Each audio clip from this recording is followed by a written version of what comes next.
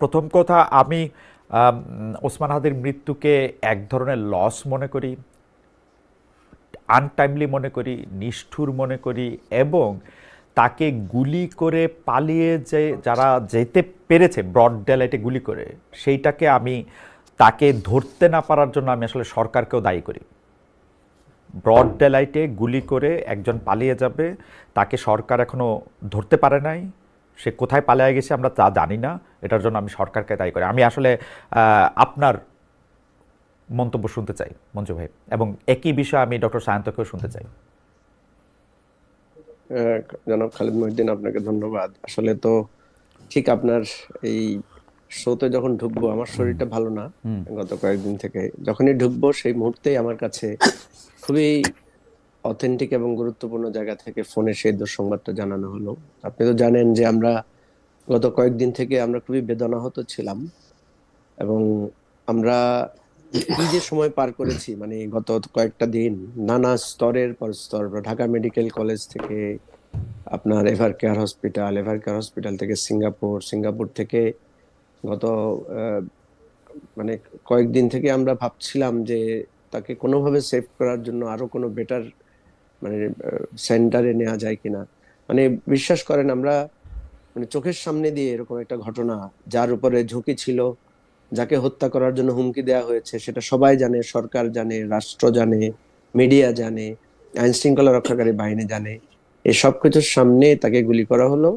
এবং আপনি যেভাবে বললেন যে গুলি করার পরে খুনিরা পালিয়েও গেল এবং তাকেও আমরা বাঁচাতে পারলাম না। এই দায় বাংলাদেশ অতীতে কখনো এরকম মানে কোনো মৃত্যু বা কোনো ঘটনা দেখেছে কিনা, মিলবে কিনা আমি জানি না, হয়তো দুই একটা মিলতে পারে। কিন্তু এই যে একটা ঝুঁকি, এবং নির্বাচন ঘোষণার পূর্ব পর্যন্ত আমরা জানি যে তফসিল ঘোষণার পরে বাংলাদেশ 3 স্তরের নিরাপত্তায় চাদরে ঢেকে যাবে, মানে ব্যাপক ধরনের আহ, মানে আইন শৃঙ্খলা রক্ষাকারী বাহিনী একটা ভূমিকায় যাবে, এই ধরনের অনেক কথা আমরা শুনেছি। এবং সরকারের কাছ থেকে ওনারা নিরাপদ নির্বাচনের চাইতে ওনারা বারবার যেটা বলেন যে উৎসব মুখর নির্বাচন হবে। এটা কি মৃত্যুর উৎসব? এটা কি মানে আমাদের বুক না ভেঙে যাওয়ার মঞ্জু ভাই, উৎসবের আমরা নির্বাচন? ইলেকশনটা নিয়ে কথা বলবো, কিন্তু আপনি আমাকে একটু বলেন তো মঞ্জু ভাই, আমি ধরেন ডক্টর সায়ন্তকেও আমার একই জিজ্ঞাসা। বাংলাদেশের সড়কগুলো এখন, বিশেষ করে ঢাকা শহরের সড়কগুলো এখন সিসি ক্যামেরার আওতায় আসে। প্রকাশ্য দিবালোকে পয়েন্ট ব্ল্যাঙ্ক রেঞ্জ থেকে একজনকে গুলি করে পালিয়ে যাওয়া, মানে তারপরে অন্ততপক্ষে সীমানা পার হইতে হইলেও তার 13-14 ঘন্টা সময় পাওয়া গেছে। বাংলাদেশের 9টা-10টা কম্পিটেন্ট গোয়েন্দা সংস্থা আছে। মানে এটা কি, এটা কেমনে সম্ভব? এবং আপনি যে নিরাপত্তার ঝুঁকির কথা বললেন, সেই নিরাপত্তার ঝুঁকি এখন, এটা তো প্রতিটা লোক নিজের অনিরাপদ মনে করবে, যার চেহারা, মানে এটা মঞ্জু ভাই আপনি তো খুব ভালো করে জানেন যে আমরা অনিরাপদ অনেকদিনই মনে করছি, কিন্তু কিছুটা নিরাপত্তা আমরা বোধ ছিল যখন সূর্যের আলো আছে, মানুষজন আছে, আমাদেরকে মনে হয়েছে যে না, আমরা এরকম করে করলে এটা হবে না। এইটা কি প্রেসিডেন্স হইলো এবং সরকারের কি দেখাইলো? হ্যাঁ, অ্যাক্সিডেন্ট হবে, মানুষ তো অপরাধ প্রবণ, অপরাধ করবে, কিন্তু ও যে পালায় গেল বা পালায় গেল বলে আমরা শুনলাম, আমরা তো হ্যাঁ, এই সরকারকে দেখেন কেমনে দেখেন এটা কেমনে সম্ভব? দেখেন খালেদ ভাই, আমরা কিন্তু চরম অনিরাপদ অবস্থায় গত 10-12টা বছর কাটিয়েছি আমরা। হ্যাঁ, এবং লাস্ট যে সময়টা আমরা কাটিয়েছি, আমি যখন অনিরাপদ থাকি তখন কিন্তু আমি আমার একটা নিজস্ব ঝুঁকি ব্যবস্থা নেই। এবং সেই অনিরাপত্তা কি ছিল দেখেন, আমরা যখন আওয়ামী লীগ পিরিয়ডে অনিরাপদ ছিলাম, সে অনিরাপত্তা ছিল পুলিশ থেকে, সে অনিরাপত্তা ছিল যে আমাদেরকে কেউ তুলে নিয়ে চলে যাবে, আমাদের রাতের বেলায় গভীর রাত্রে এসে বাসা থেকে তুলে নিয়ে যাবে। বেসিক্যালি আমরা বেশি শঙ্কিত ছিলাম হচ্ছে পুলিশ, মানে মানে সরকারি বাহিনীর দ্বারা। এন্ড সেকেন্ডারি স্টেজে ছিল ছাত্রলীগের গুন্ডা পান্ডা বা আওয়ামী লীগের সন্ত্রাসীদের দ্বারা। এটা ছিল সেকেন্ডারি স্টেজ। এখনকার যে স্টেজটা আপনি দেখেন, একটা হচ্ছে প্রকাশ্যে আপনাকে হুমকি দেওয়া হচ্ছে, এবং আবার রাষ্ট্র আবার বলছে আমি আপনার জন্য নিরাপত্তার ব্যবস্থা করেছি। আচ্ছা, সেই জায়গায় ধরে নিলাম যে তারা আরো গভীর ষড়যন্ত্র করে তার কাছে গিয়ে একেবারে একটা মাস্টার প্ল্যান করে তাকে হত্যা করলো। হত্যা করার পর কিছুক্ষণের মধ্যেই জানা গেল কারা হত্যা করেছে। এরপরে মোটরসাইকেল বদল, তারপরে একটার পর একটা জায়গা না বদল, মঞ্জু ভাই, এইসব সিম গল্প আমাদের, বদল। এইসব গল্প তো আমরা পুলিশের কাছ থেকে শুনতে চাই। এইসব গল্প তো আমরা সাংবাদিকের কাছে শুনতে চাই না। মোটরসাইকেল সেটাই বদল আমার করছে কথা নাকি হচ্ছে। কি করছে সেটা তো একটা পুলিশ বলবে। পুলিশের স্বরাষ্ট্র মন্ত্রণালয় আইসা বললো যে 50 লাখ টাকা পুরস্কার দিব। মানে আশ্চর্য ঘটনা, না, মানে এই এই সিসি এই এই ক্যামেরায় ঘটনার দেখা পরে যাচ্ছে একটা যে একটা এই গুলি করে। ঘটনার পরে জি।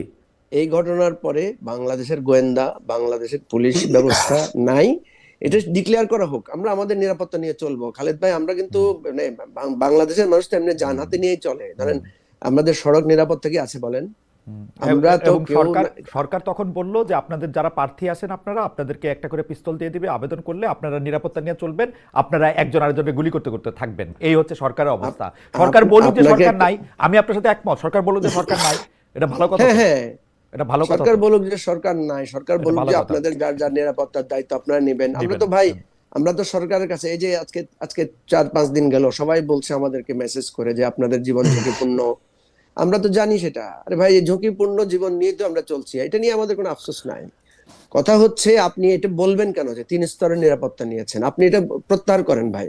আপনি বলেন যে ভাই এই এরকম সিচুয়েশনে আমরা আমরা নিরাপত্তা দিতে পারছি না। আমি বারবার এই কথাটা বলার চেষ্টা রাইট। করেছি যে আইন শৃঙ্খলা রক্ষাকারী বাহিনীর মধ্যে ভাই এখানে একে অপরকে ব্লেম করে কোনো লাভ নাই। আমাদের পুলিশের মধ্যে প্রচন্ড আত্মবিশ্বাসের অভাব, আমি কাউকে ব্লেম করব না।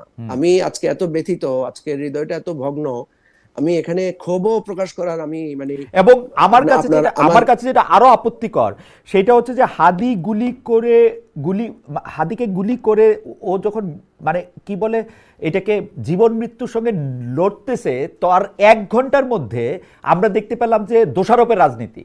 আরে আরে ওসমান হাদি তো বিপ্লবী, ও তো সবার এগেস্টে বলছে, এনসিপির এগেস্টে আরো কড়া কড়া কথা বলছে। বলছে না, ও অবশ্যই ও বলছে। হচ্ছে জামাতের এগেস্টে বলছে, ও এনসিপির এগেস্টে বলছে, ও বিএনপির এগেস্টে বলছে, ও বাংলাদেশের সরকারের এগেস্টে বলছে, ও বাংলাদেশের যারা বাম ডান সাংবাদিক আমার এগেস্টে বলছে, ও সবার এগেস্টেই বলছে। তো দোষারোপের রাজনীতিটা করা দরকার নাকি যারা তারা গুলি করে চলে গেছে তারা দরকার? প্রথম প্রতিক্রিয়া হইলো এটা অমুক করছে, সেটা তো অমুক করছে, এগুলি কি মঞ্জু ভাই? এই এই জিনিসগুলো, এইটা তো আমি আমি সবসময় বলি যে এই ওসমান হাদির মৃত্যু আমাদের জন্য কি শিক্ষা দিল, আমাদের জন্য কি লেসন, আমরা আসলে এখান থেকে কি শিখলাম, এটা কেউ আমরা করি না। আমরা দোষারোপের রাজনীতি করি। আমরা এখন ধরেন, আমি যেটা বলতে চাচ্ছিলাম আপনাকে, যে আমার ক্ষোভ প্রকাশেরও মানে রুচি হারিয়ে গেছে। কেন হারিয়ে গেছে আমি বলছি, কারণ আমরা শুধু চাই যে আমরা লড়াই করে বেঁচেছি, লড়াই করেই থাকবো ভাই। মানুষ এই যে সমুদ্রের পাশে যারা এই ঘূর্ণিঝড় প্রবণ এলাকায় থাকে, ওরা ওরা ওটা প্রস্তুতি নিয়ে থাকে না। আমাদেরকে এত আশ্বাস দেওয়া তো দরকার নাই, আমাদেরকে এত উৎসব মুখর রাজনীতি, উৎসব মুখর নির্বাচন, খুব 4 স্তরের নিরাপত্তার গল্প শোনানোর কোনো প্রয়োজন নাই। আল্লাহর ওয়াস্তে আমি সরকারের কাছে অনুরোধ করবো, এগুলো এই বাগাড়ম্বর বাদ দেন। আপনারা জানাই দেন যে আমাদের পুলিশের কোনো মোরাল নাই, আমাদের আর্মির কোনো মোরাল নাই, ভেঙে গেছে। এখন আসেন আমরা সবাই মিলে মোরাল উদ্ধার করতে পারি কিনা, আদার দেন। দেখেন, একটা মানে আমাদের এখানে সংস্কার নির্বাচন নিয়ে আমরা অযথা বিতর্ক করেছি। বিএনপি জামাতের এই বিতর্কের বিরুদ্ধে আমি আপনার শোতে পর্যন্ত বলেছি, একটা রাষ্ট্র এরকম একটা বিপর্যস্ত অবস্থার মধ্যে আছে। শেখ হাসিনা একটা অপ্রতিষ্ঠিত মহিলা, উনি রাষ্ট্রটাকে কোথায় নিয়ে গেছে? হেলিকপ্টার থেকে গুলি করে। কোন রাষ্ট্রে শুনেছেন হেলিকপ্টার থেকে গুলি করে নাগরিককে মারতে? এটা কি যুদ্ধ? এটাকে আপনি যুদ্ধ করছেন আপনার নাগরিকদের বিরুদ্ধে? যিনি এই জায়গায় ফেলেছেন উনি তো আরো জঘন্য কাজ করবেন। উনাকে তো আমরা বলার চেষ্টা করেছি, যে আওয়ামী লীগকে আমি এটা বোঝানোর চেষ্টা করেছি যে ভাই, শেখ হাসিনাকে আপনারা সামলায়া আপনারা একটা রিকনসিলিয়েশন প্রসেসের মধ্যে ঢুকেন। এই যে আপনারা একটা হাদিকে মারলেন না, আপনারা আরো একটা চিরস্থায়ী, আপনি এরকম 1000টা হাদিকে মারলে, বাংলাদেশ তো 18 কোটি মানুষের দেশ। বাংলাদেশের বাংলাদেশের লক্ষ লক্ষ মানুষকে হত্যা করে পাকিস্তানিরা কি ভাই পারছে আমাদের আমাদের স্বাধীনতার আশা দমাইতে পারছে? এরশাদ পারছে? কেউ তো পারে নাই। তো এই জিনিসগুলো আর কত টেস্ট করবেন আপনারা? এই যে ওসমান হাদিকে মারছেন, আপনি বিশ্বাস করবেন না যে কি পরিমাণ আওয়ামী ঘৃণা আরো মানুষের মধ্যে উৎপাদিত হবে, এবং সেই এই ঘৃণার রাজনীতি তো নতুন করে আবার একটা মানে চক্রাকারে তৈরি হবে। এটা তো শেষ হবে না। এবং এইটা যুগ যুগ ধরে যদি আপনারা চলমান রাখতে চান, এবং এটা দিয়ে যদি মনে করেন যে বাংলাদেশ একটা নতুন রাজনৈতিক বন্দোবস্তে যাবে, এটা তো যাবে না কখনো। মঞ্জু ভাই, এবং এই ভুলটা, জি না মঞ্জু ভাই আপনি বলেন। শেষ করলে আমি আবার মানে না, আপনি যেখান থেকে শুরু করেছেন সেটা সেটা নিয়ে আমরা আরেকটু আলোচনা করি। আপাতত আপনি যদি সরকারের জায়গা থেকে, বা আপনি শেষ করেন মঞ্জু ভাই, আমার আসলে আপনাকে মানে আমি আমি বলছি এটা এমন একটা সরকার যাদের ন্যূনতম জ্ঞানবোধ নাই। যে আচ্ছা বলেন, একটা উপদেষ্টা এখন পর্যন্ত রিজাইন করেছে? এতগুলো ঘটনা ঘটেছে একটার পর একটা। গতকালকে একটা আমাদের জুলাই অভ্যুত্থানের আমাদের একজন নারী কর্মী, এনসিপির একজন নারী কর্মী মারা গেছেন। বলা হচ্ছে সে আত্মহত্যা করেছে, কেউ বলছে তাকে হত্যা করা হয়েছে। শি ওয়াজ অলসো মানে রিস্ক সেও কিন্তু একটা থ্রেটেনিং এর মধ্যে ছিল। ঠিক আছে, আমি যেটা বলতে চাচ্ছি, সরকারের এই জায়গাটায় একদম আত্মোপলব্ধি করে এই ঘটনার পরে এই ঘটনার পরে স্বরাষ্ট্র মন্ত্রণালয়ের উপদেষ্টার আমি মনে করি পদত্যাগ করা উচিত, মানুষের প্রতি সম্মান দেখিয়ে। আমি তো নাম্বার ওয়ান। মঞ্জু ভাই, এটা নিয়ে আপনি একটু বলবেন। আপনি যেহেতু সরকারের ভিতরে খোঁজ খবর রাখেন, সরকার আপনার সাথে আসলে অনেক বিষয় নিয়ে কথা বলে। অনেকে এই কথাও বলে যে আপনি আসলে সরকার যেভাবে পরিচালিত হয় সেই পরিচালন প্রক্রিয়ার মধ্যেও থাকেন। আমি এটা আপনাকে অনেক সেকেন্ড অনেক প্রশ্ন, অনেক এটা এটা এটা সেকেন্ড প্রশ্ন আমি একটু ডক্টর সায়ন্তকে শুনে আসি। সেটা হচ্ছে কি, আসলে স্বরাষ্ট্র উপদেষ্টা ছাড়াও এখানে যেহেতু স্বরাষ্ট্র মন্ত্রণালয়ের দায়িত্ব নিয়ে একজন বিশেষ সহকারী আছেন, আইজি আছেন, তারাও কি মানে মানে এটা কি একটা অতি সন্ন্যাসীতে গাজর নষ্ট, too many cooks in in the kitchen কিনা, সেইটাও আপনি আমাদের যদি একটু বলেন। তো ওই সময় পর্যন্ত ওকে মানে পুলিশ বাহিনী ওকে ধরতে পারবে না, মানে ওর বাবা মাকে ধরবে, অমুকের এইটাকে ধরবে, তমুকের এটাকে ধরবে, একে দোষ দিবে, তাকে দোষ দিবে, এটা কিরকমের মধ্যে পড়লাম শান্ত ভাই, আপনি যদি আমাদের একটু বলেন। আপনার প্রথমেই আমি আহ, শহীদ ওসমান হাদির রুহের মাগফিরাত কামনা করছি। আল্লাহ তাকে শহীদি মৃত্যু হিসেবে কবুল করুন। আমিন। এবং যারা এইভাবে কাউকে হত্যা করে, কোনো বিপ্লবীকে হত্যা করে, তারা মনে করে যে বিপ্লবকে তারা থামাতে পারছে, কিন্তু মঞ্জু ভাই আগেও বলেছেন 71-এ পারেনি, 90-এ পারেনি, 24-এ পারেনি। এখন কতজন বিপ্লবী, কতজন হাদিকে তারা মারবে? মেরে প্রতিটা বিপ্লবীর মৃত্যু এক একটা নতুন স্ফুলিঙ্গ তৈরি করে বিপ্লবের মাঠে। সুতরাং এই মৃত্যু হাদি শহীদি মর্যাদা পেয়েছে, এবং আমাদের বিপ্লবের কোনো ক্ষতি হবে না, বরং বিপ্লব আরো বেগবান হবে। হাদির যেই চাওয়া ছিল বাংলাদেশ পন্থী অবস্থান নেয়া, ভারতের আধিপত্যবাদের বিরুদ্ধে শক্ত অবস্থান নেওয়া, বাংলাদেশের গণতন্ত্রের পক্ষে অবস্থান নেওয়া, জনকল্যাণের পক্ষে অবস্থান নেওয়া, এবং ওর সবকিছু, ওর বলার ধরনটা একটু অন্যরকম ছিল। আমি সবসময় বলতাম একটু খ্যাপাটে ছেলে, তার কিন্তু তার বুকে এবং মুখে অভিন্ন সুর ছিল। আমাদের ট্রেডিশনাল পলিটিশিয়ানদের মতো তরুণ থেকে বর্ষিয়ান পলিটিশিয়ান বেশিরভাগের যেরকম বুকে এবং মুখে কৌশলের রাজনীতি, হাদি সেই কৌশলের আশ্রয় নেয়নি। বুকে যা বিশ্বাস করত, মুখে তাই বলতো, তাই করত।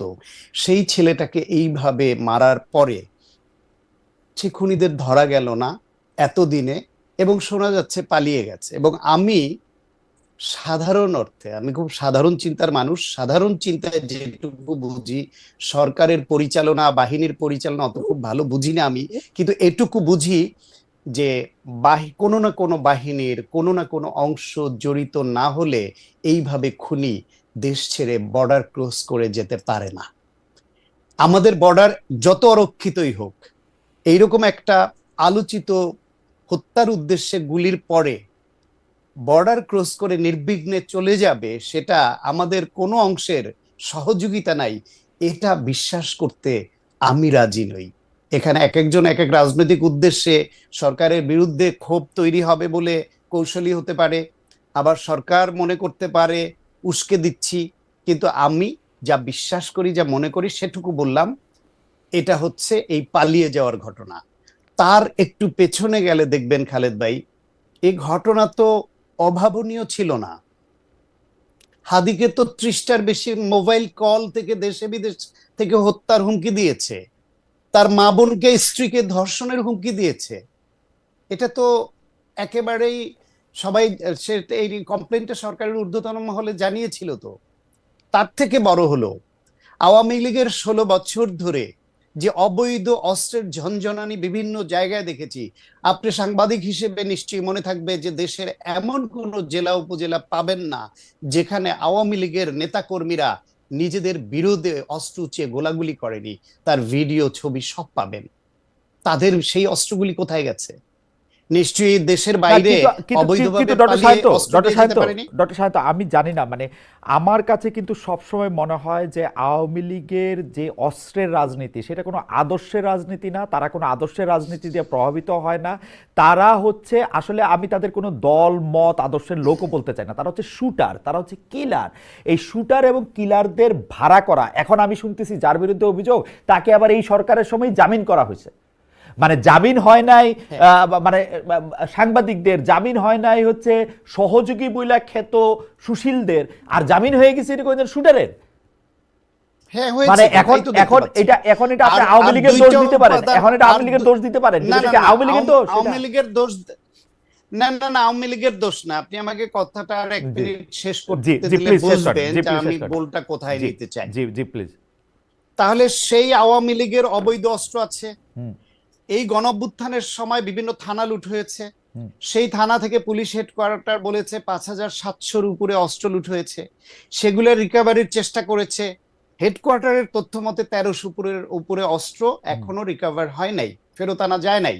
তার মধ্যে এলএমজি আছে, এসএমজি, মেশিন গান, রাইফেল, বিভিন্ন রকমের আগ্নেয়াস্ত্র আছে। এই অভিযোগও আছে যে 5,000-এর উপরে অস্ত্র জমা পড়েছে, সেখানেও লুট হয়েছে সচল ভালো অস্ত্র, জমা দেওয়ার সময় অচল অস্ত্র জমা দেওয়ার ঘটনা, এরকম অভিযোগও শুনছি। তাহলে সেই যে লুট হয়ে যাওয়া সেই অস্ত্রগুলো পেশাদার খুনিদের হাতে হস্তান্তর হতে পারে।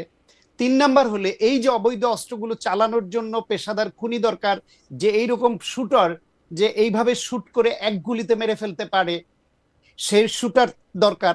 তাহলে সেই শুটাররা আপনার জেল থেকে পালিয়ে গেল, যারা যে খুনি অপরাধী গোষ্ঠী, তাদেরকে আবার জেলে ব্যাক করানো গেল না, এই সরকার পারলো না।